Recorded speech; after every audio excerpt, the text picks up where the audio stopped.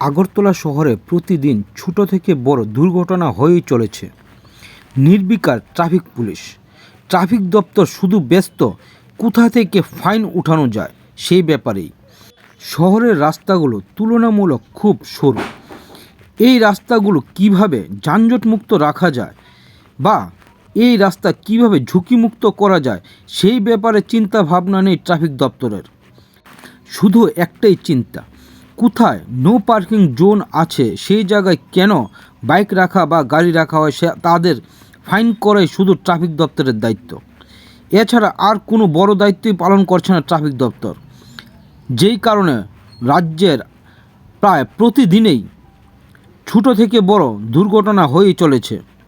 প্রাণ যাচ্ছে বহু নিরীহ মানুষের, তাতেই বা কী? ট্রাফিক দপ্তরের তো ব্যাংকে টাকা ঢুকছেই, তাহলেই চলবে। মানুষ বাঁচুক বা মরুক, এতে ট্রাফিক দপ্তরের কিছুই যায় আসে না।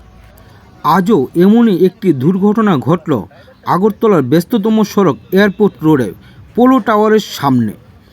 একটি গাড়ি সজোরে উল্টে পড়ে। এতে ড্রাইভার বা আরোহীদের কোনো ক্ষতি হয়েছে বা মৃত্যু হয়েছে কিনা এখনও জানা যায়নি।